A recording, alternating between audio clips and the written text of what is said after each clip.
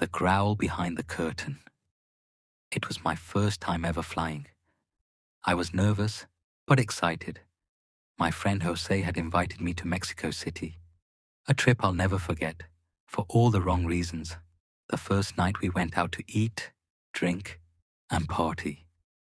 I was drunk, happy, and clueless that something was already there, watching me.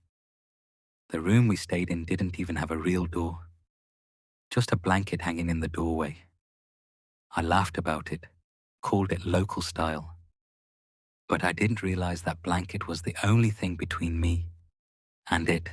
The next day we went to El Zócalo and La Basílica de Guadalupe. It was one of the best days of my life. But that second night, everything changed. I was lying in bed, sober this time, scrolling through my phone while Jose snored in the next room. Then I heard a loud thud, right outside my blanket door. Then came the growl, deep, wet, heavy, but there were no footsteps. It didn't walk. It floated, back and forth, right in front of my room. I hid under my blanket, too scared to breathe. It stayed there for what felt like forever. When it finally went quiet, I just stared at that blanket until sunrise. The third night, it happened again. A crash, and that same horrible growl. Still no footsteps. Whatever it wasn't human. The next morning I asked Jose if his house was haunted. He froze, then said, "Yeah, but it usually leaves guests alone." He told me his family had heard and seen things there for years, but he didn't think it would bother us. I didn't know the city. I couldn't just leave. So I told myself, only a few more days. I can make it through. Jose left early that morning to buy food. I didn't know.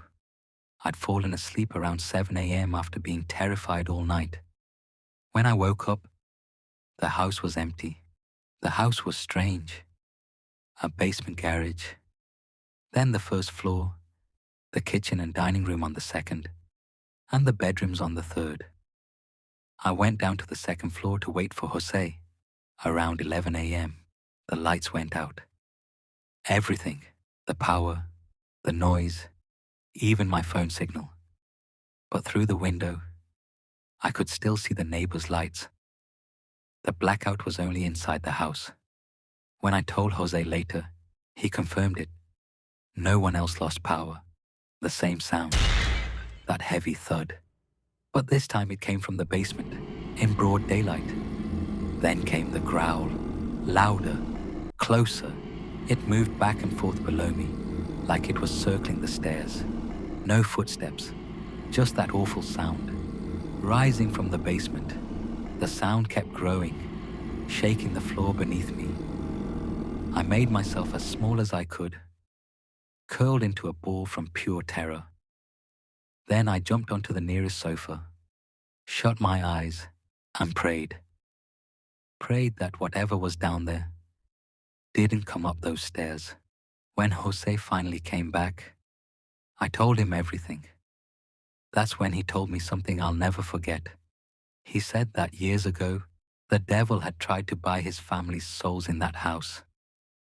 I just stared at him, wishing he'd told me that before inviting me to stay. When we finally left Mexico, I was exhausted. Instead of a great vacation, you could see it on my face. I hadn't slept in days. After the long flight, I got home and started telling my wife the whole story. We were sitting in the living room when out of nowhere, the plates in the sink slammed together, a single loud boom, like an explosion. None of them broke. I looked at my wife, then back at the sink. I told her, "You know what? Maybe I'll keep the story to myself for now." Because in that moment, I realized something. Something followed me from Mexico. Some sounds never leave you.